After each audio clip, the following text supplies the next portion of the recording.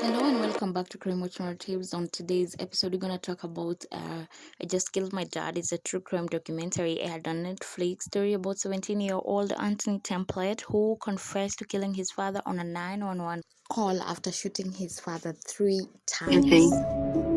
Uh, I just killed my dad. So you said you just killed your dad? Yeah. Okay, and is he still alive or? He might be. I don't know. I think I shot him like 3 times. I think. You shot him three I'm not sure how times? many times I hit him. I know there's blood on the floor, so I know he's at least been shot once. Okay. I shot 3 times at him. He tried to attack me. We got into a fist fight, and I ran in his room and locked the door and grabbed the gun. And I unlocked the door, and he tried to get, and then I shot him. All right, and what's your name? Anthony Templet. In the first part of the documentary, Anthony's emotions and intentions are put to test, for he's not even remorseful at all, and actually says that he feels nothing for his father, but that does not mean that he does not have feelings for other people, and therefore he's not a complete psychopath. He said that he killed him for self-defense, something that his lawyers had to work hard to find out if really it was the truth.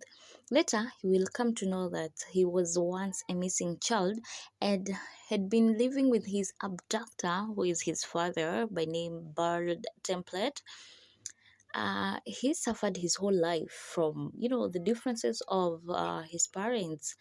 He was constantly in violence and witnessing violence. His father was an abuser and took him, not to take care of him but to punish his mother, only to lock him up his whole life, deny him his freedom, education.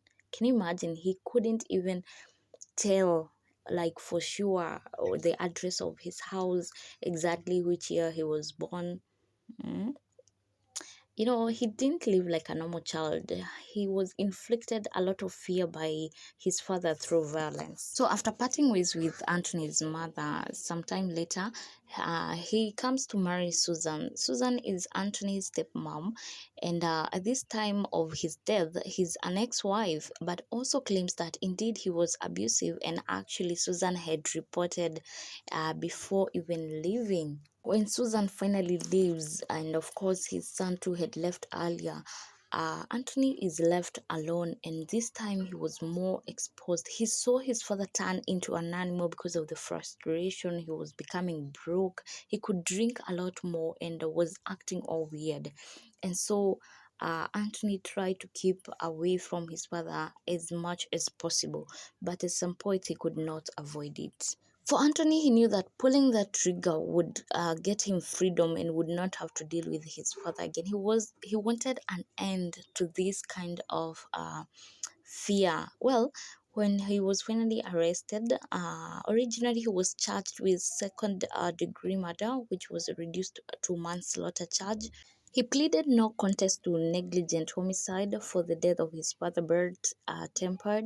He was given no prison time, but he would serve 5 years of supervised probation. And apart from this sentencing, he is required to get his GED. Remember, he didn't go to any school. His father would lie that he was homeschooling, but had nothing.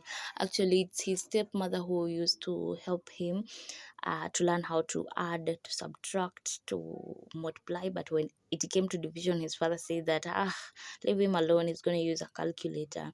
So also, other than getting his GED, he was supposed to do counseling and should have a full-time job or be in school full-time. His lawyer set up a GoFund for him where well-wishers have been donating, and oh my god, people were so generous with this young man. Actually, when they were sentencing him, they were like, this guy has suffered his whole life, so what is the point of putting him to prison? He's not a danger to anyone out there. He's actually been living his life to the fullest. In an interview conducted last year by his lawyer on his YouTube channel, he even have a girlfriend, and I was so excited to see him open up talking, because during the Netflix documentary, he was just a dull boy, and yeah, so emotionless, but I was also, happy to see him shed tears at the end of the documentary. So I think he's doing really fine, and I am personally gonna recommend anyone to watch this on Netflix. It is amazing. Thank you so much for your time. Keep subscribing. God bless you.